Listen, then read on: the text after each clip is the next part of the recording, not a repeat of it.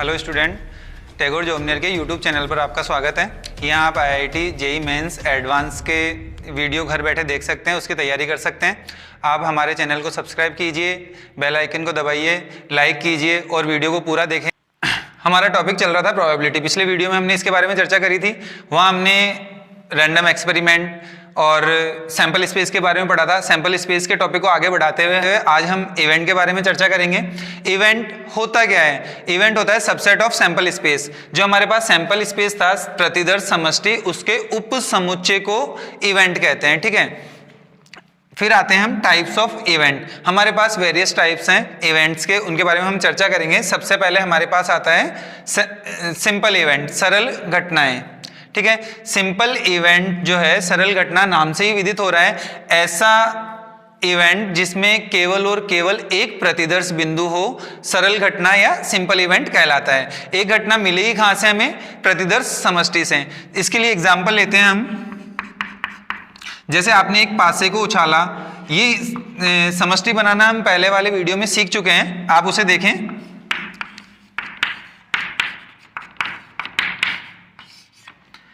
हमने एक पासे को उछाला, उस पर 1, 2, 3, 4, 5 या 6 प्रकट होता है। हमने सैंपल स्पेस बना दिया। अब हम जो चर्चा कर रहे थे सरल घटना की, सरल घटना होती क्या है? ऐसी घटना जिसमें केवल और केवल एक प्रतिदर्श बिंदु हो सरल घटना कहलाती है। जैसे हमने एक इवन घटना ली। इवन घटना में आपने बोला सम अभाज्य संख्या प्रकट होना, तो सम अभाज्य संख्या कौन सी है? 2। तो इसमें आपको कितने प्रतिदर्श बिंदु मिले? केवल एक। तो ये क्या कहलाएंगी? सरल घटना। किसी ने कहा साहब 5 प्राप्त हुआ, तो E2 घटना आपकी क्या हो जाएगी? 5। एक घटना हम लेते हैं 5 से बड़ी संख्या, तो उसको E3 से दर्शाया और 5 से बड़ी संख्या हमारे पास क्या है? 6। तो यहाँ हमारे पास E1, E2 और E3 हैं। इसमें एक में 2 मिल रहा है, एक में 5 मिल रहा है और एक में 6 मिल रहा है। इनसे हमें मतलब नहीं है, लेकिन हमें इस चीज से मतलब है कि हमारे जो समुच्चय है उसमें कितने अवयव प्राप्त होते हैं। हमारे समुच्चय में एक अवयव मिलता है, मतलब ऐसा प्रतिदर्श जिसमें केवल और केवल एक बिंदु विद्यमान हो सरल घटना कहलाती है। नेक्स्ट टॉपिक पर आते हैं हम, कंपाउंड इवेंट, मिश्र घटनाएं। मिश्र घटनाएं कौन सी होती है? 2 या 2 से अधिक घटनाएं एक साथ घटित हो, या 2 या 2 से अधिक एलिमेंट हमें मिलते हो, तो वो मिश्र घटनाएं कहलाती हैं। जैसे एग्जांपल लेते हैं हम, सुनना ध्यान से। हमारे पास 2 थैले हैं, इसमें कुछ बॉल्स रखी हैं, लाल, नीली, पीली, कैसी भी हो सकती है। जो हमारा एग्जाम्पल है वो ये कह रहा है कि दोनों थैलों में से किसी एक थैले का चयन किया जाता है और उसमें से फिर एक बॉल निकाली जाती है जो कि लाल रंग की है। तो ये मिश्र घटनाओं में क्यों गया? क्योंकि हमारे पास पहले कंडीशन थी 2 थैले हैं और उन दोनों थैलों में कुछ गेंदे हैं, तो दोनों थैलों में से मुझे एक थैले का चयन करना पड़ा, एक घटना हुई, और उस थैले में से मुझे बॉल निकालनी पड़ी, मतलब दूसरी घटना हुई। तो एक से अधिक घटनाएं घटित हो रही है, ये घटनाएं क्या कहलाती हैं? मिश्र घटनाएं। फिर हम आते हैं निश्चित घटना, श्योर इवेंट पर। श्योर इवेंट क्या होता है? देखिए, हमारे पास एक सिक्के को उछालने पर समष्टि बनती है H या T। भाई 2 ही प्रतिदर्श बिंदु प्राप्त होंगे, H और T। यदि हमारी कोई घटना जिसमें समष्टि का प्रत्येक अवयव विद्यमान हो, क्या कहलाती है? निश्चित घटना कहलाती है। देखिए, जैसे मैंने बोला कि एक पासे को उछाला गया, पासे को उछालने पर हमारे पास क्या आता है? 1, 2, 3, 4, 5 या 6। दोनों समष्टि आपके सामने। एक सिक्के को उछालने पर H या T प्राप्त होता है और एक पासे को उछालने पर 1 से लेकर 6 तक की संख्याएं प्राप्त होती है। देखिए, इसमें निश्चित घटना कौन सी होगी? निश्चित घटना होगी हमारे पास, मैं आपको एक घटना देता हूं, इवन घटना में मैंने बोला चित्त या पट प्रकट होना। चित्त या पट का मतलब हुआ H या T। तो देखिए, जो सैंपल स्पेस में थे वो सारे के सारे हमारे घटना में हैं, तो क्या होगी? ये इवन घटना निश्चित घटना होगी। कारण कि एक सिक्के को उछालोगे तो साहब H आएगा या T आएगा, चित्त या पट, इसके अलावा तो कुछ आ नहीं सकता। तो ये घटनाएं कौन सी कहलाती है? निश्चित घटना। इसी प्रकार अगर मैं पासे की बात करूं और इसमें एक घटना दी मैंने आपको E2 घटना को कैसे एक्सप्लेन किया गया है, E2 में आपको बोल दिया कि 6 या 6 से छोटी संख्या का प्रकट होना, तो पासे को उछाला गया और उस पर 6 या 6 से छोटी संख्या का प्रकट होना क्या होगा, 1 2 3 4 5 या 6 या 6 से छोटी संख्या। इसमें मेरे पास सारा का सारा सैंपल स्पेस ही आ चुका है, तो निश्चित घटना हुई। मतलब क्या रिजल्ट क्या निकल के आया कि ऐसी घटनाएं जिसमें सैंपल स्पेस पूरा का पूरा ही विद्यमान हो, सैंपल स्पेस का एक एक बिंदु, एक एक प्रतिदर्श बिंदु विद्यमान हो, ऐसी घटनाओं को हम क्या कहते हैं, निश्चित घटना या श्योर इवेंट कहते हैं। ठीक है, अगला टॉपिक है हमारे इम्पॉसिबल इवेंट, असंभव घटना। असंभव घटना होती क्या है, जैसे आपने एक पासे को उछाला और उस पर आपको इवेंट दिया गया कि प्रकट होने वाली संख्या 7 है, तो पासे को उछालने पर हमें क्या प्राप्त होता है,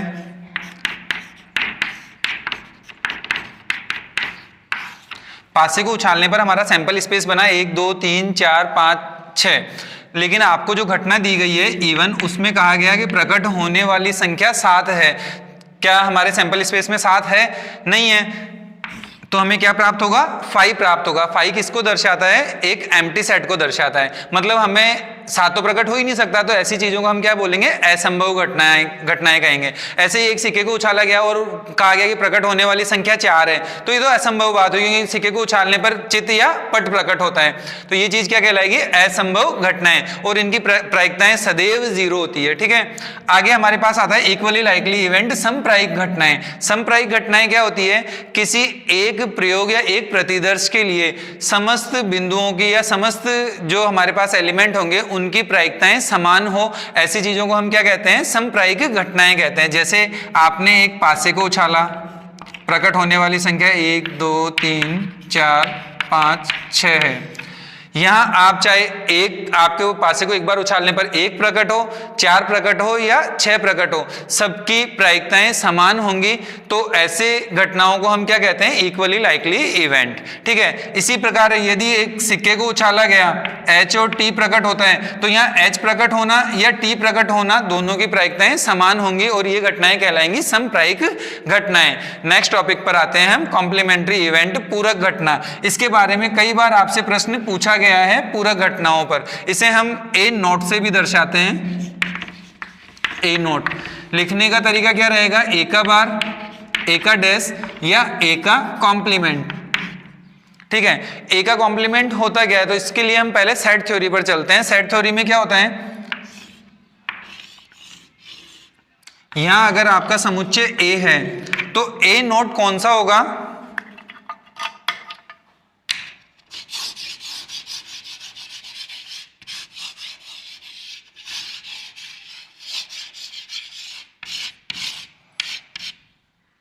ये जो शैडो किया गया है ये आपका ए नोट होगा। मतलब क्या, जो ए में अवयव विद्यमान नहीं है और समष्टि में विद्यमान है, वो क्या कहलाएंगे, आपके ए नोट कहलाएंगे। इसे हम सिंपल लिखते हैं एस माइनस ए से दर्शाते हैं। मतलब समष्टि में से ए के समस्त अवयवों को हटा दिया गया है, तो वो क्या कहलाएगा, हमारा ए का बार या ए डेस या ए का कॉम्प्लीमेंट।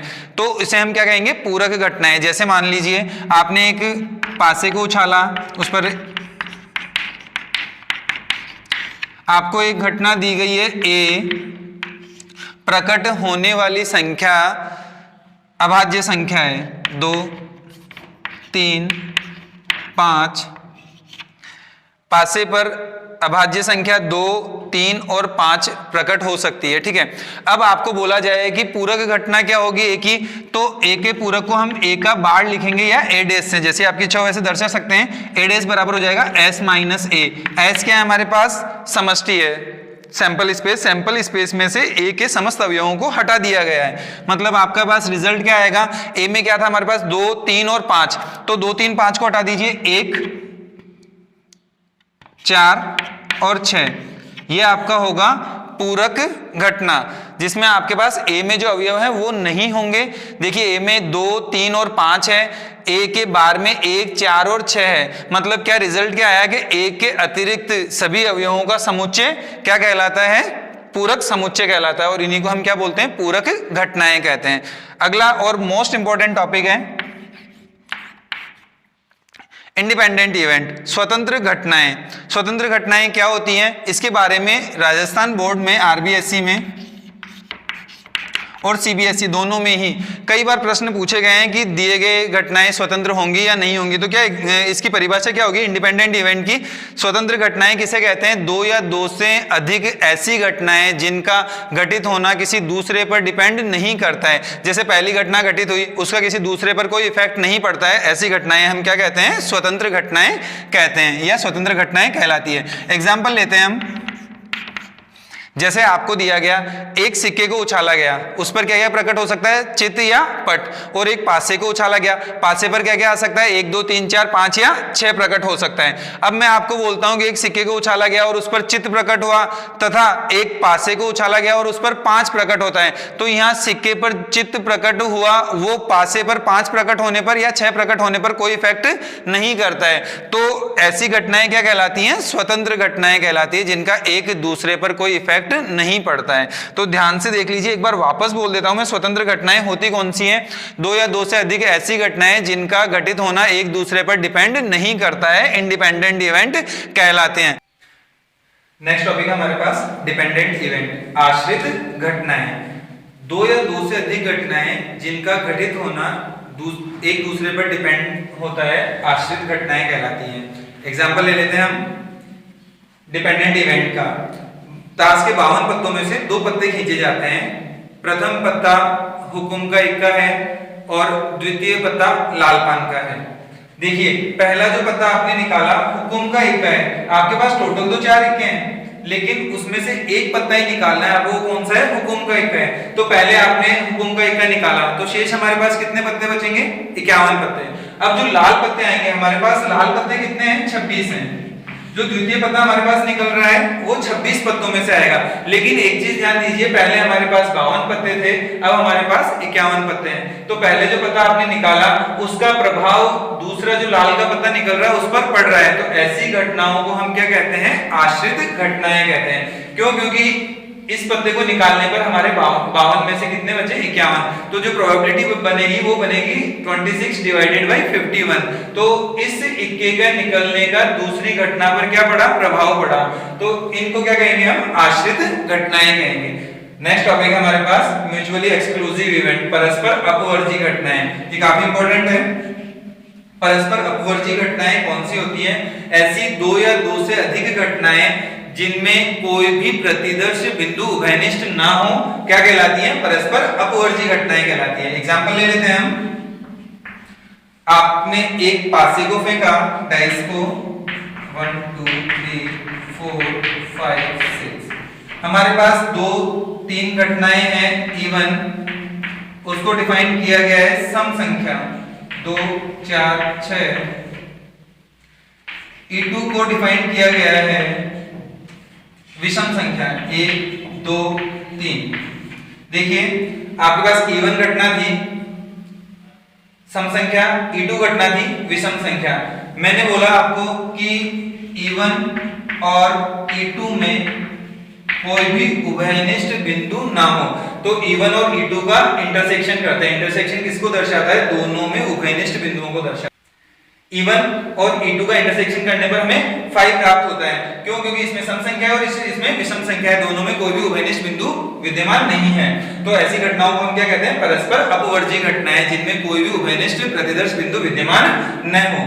नेक्स्ट टॉपिक है एग्जॉस्टिव इवेंट, निशेष घटनाएं। निशेष घटनाएं, जैसे नाम से पता चल रहा है हमें, निशेष ऐसी घटनाएं जिनका यूनियन करने पर हमें प्रतिदर्श समष्टि प्राप्त हो जाए, निशेष घटनाएं कहलाती हैं। जैसे एग्जांपल लिया हमने, एक सिक्के को 2 बार उछाला, एक सिक्के को 2 बार उछालने पर प्रतिदर्श समष्टि में हमें 4 बिंदु प्राप्त होते हैं। क्यों? क्योंकि पहले सिक्के से हमें 2 परिणाम मिलेंगे और दूसरे सिक्के से हमें 2 परिणाम मिलेंगे, तो 2 गुणा 2 कितना हो जाएगा? 4। देखिए क्या क्या होंगे? HH, HT, TH और TT। अब आपको घटनाएं दी है, E1 घटना जो आपको दी गई है, E1 घटना में आपको बोला गया कम से कम एक चित्त प्रकट होना। कम से कम एक चित्त प्रकट होने का मतलब क्या है? एक या एक से अधिक चित्त भी प्रकट हो सकते हैं। तो देखिए, कम से कम एक का मतलब HT आ सकता है, TH भी आ सकता है, और एक से अधिक कितने हो जाएंगे? HH। फिर सेकंड आपको दे रखा है E2 घटना आपको दे रखी है, तथ्यत दो चित्त प्रकट होना, मतलब H H, ठीक है। E3 घटना आपको दे रखी है, तथ्यत दो पट प्रकट होना। देखिए पहले आपको पहली घटना दी कम से कम एक चित्त प्रकट होना, दूसरी घटना आपको दे रखी है तथ्यत दो चित्त प्रकट होना, तीसरी घटना आपको दे रखी है तथ्यत दो पट प्रकट होना। जो हमारी परिभाषा है निशेष घटनाओं की, उसके अकॉर्डिंग हमें क्या करना है, E1 union E2 union E3 करना है। क्या मिलेगा, इन तीनों को जोड़ दिया गया, मतलब सारी घटनाओं को लिख देंगे, H T T H H H H H वापस आ गया और T T, तो पुनरावृत्ति तो होती नहीं है, क्या आ जाएगा हमारे पास H H H T T H और T T। देखिए ध्यान से, ये हमें सैंपल स्पेस प्राप्त हो रहा है, सैंपल स्पेस में H H H T T H और T T है, यहाँ H H H T T H और T T है। देखिए हमें क्या मिला, इनका यूनियन करने पर सैंपल स्पेस मिला, मतलब कोई भी घटना शेष नहीं रहती है। तो इस निकाय को हम क्या कहते हैं, एग्जॉस्टिव इवेंट, निशेष घटनाएं कहते हैं। नेक्स्ट टॉपिक है अलजेब्रा ऑफ इवेंट, घटनाओं का बीजगणित। देखिए ये सारी चीजें आप लोगों ने सेट में पढ़ी है, जो हमारे 11th क्लास का पहला चैप्टर है, उसमें सेट थ्योरी में हमने अलजेब्रा पढ़े हैं। उसमें सेट में ए नहीं, ए या बी, इन सब के बारे में हमने बात की है। सारा का सारा चीज़ें हमारे जो 11th के प्रीवियस जो चैप्टर हैं उनमें से हमारे पास एक तो कॉम्बिनेशन एंड परम्यूटेशन और एक जो ये सेट थ्योरी है, ये प्रोबेबिलिटी में बहुत काम आती हैं। तो ये सेट थ्योरी से ही उठाया गया टॉपिक है। देखिए ए नहीं, अभी भी हमने एक एग्जाम्पल किया था, ए नहीं, अगर हमारा ये ए समुच्चय है तो ए नहीं कौन सा होगा, मैं लाइनिंग से शो कर रहा हूँ, जहाँ ये लाइनिंग दिख रही है ये ए नहीं को दर्शाएगी। और इसे हम कैसे लिखेंगे, ए का बार, ए का डैश या ए का कॉम्प्लीमेंट, तीनों में से किसी का भी प्रयोग कर सकते हैं, मोस्टली हम ए का बार का प्रयोग करते हैं। नेक्स्ट में आइए ए या बी, ए या बी को ए अथवा बी से भी दर्शाया जाता है। ए या बी का मतलब क्या होगा, दोनों में से कम कोई एक या एक से अधिक, ए या बी। ए या बी को हम ए यूनियन बी से दर्शाते हैं, जिसमें ए भी विद्यमान हो, बी भी विद्यमान हो या दोनों के सभी अवयव विद्यमान हो। आगे हमारे पास आता है ए तथा बी, इसे हम ए और बी से भी दर्शाते हैं। ए और बी का मतलब होता है ए इंटरसेक्शन बी। देखिए ये चीज़ हमारे जर्नल भी काम आती है, जैसे हम कई बार बोलते हैं कि चाय और कॉफ़ी लेंगे, ये बोलते हैं, या फिर हम ये बोलते हैं चाय या कॉफ़ी लेंगे। कभी भी हम ये नहीं बोलते हैं चाय और कॉफ़ी लेंगे, क्योंकि मतलब चाय और कॉफ़ी में क्या आता है, दोनों ही आती है, कोई ऐसा नहीं है। तो यहाँ ए और बी का मतलब होगा ए इंटरसेक्शन बी, दोनों ही घटनाओं में जो उभयनिष्ठ अवयव है वो यहाँ आ जाएंगे। फिर बात आती है न तो ए और न ही बी। न तो ए का मतलब होगा ए का बार एवं बी का बार, न तो ए आएगा न ही बी आएगा, ए का बार इंटरसेक्शन बी का बार। एक हमारे पास इंपॉर्टेंट टॉपिक है ए अलोन, अकेला ए। देखिए हम वेन डायग्राम से देखते हैं ए अलोन को, अकेला ए कैसे होगा, हमारे पास एक समुच्चय है ए, एक समुच्चय है हमारे पास बी। जैसा कि नाम से पता चल रहा है ए अलोन अकेला ए कैसे होगा। देखिए यहाँ तो ए है, यहाँ बी है, अगर मैं इस पार्ट को दर्शाऊं, ये ए और बी दोनों में उभयनिष्ठ है। उभयनिष्ठ मतलब ए इंटरसेक्शन बी, ठीक है। इसको मोस्टली हम ए माइनस बी से भी दर्शाते हैं, तो इसे हम ऐसे लिख सकते हैं ए माइनस बी। देखिए क्या हुआ,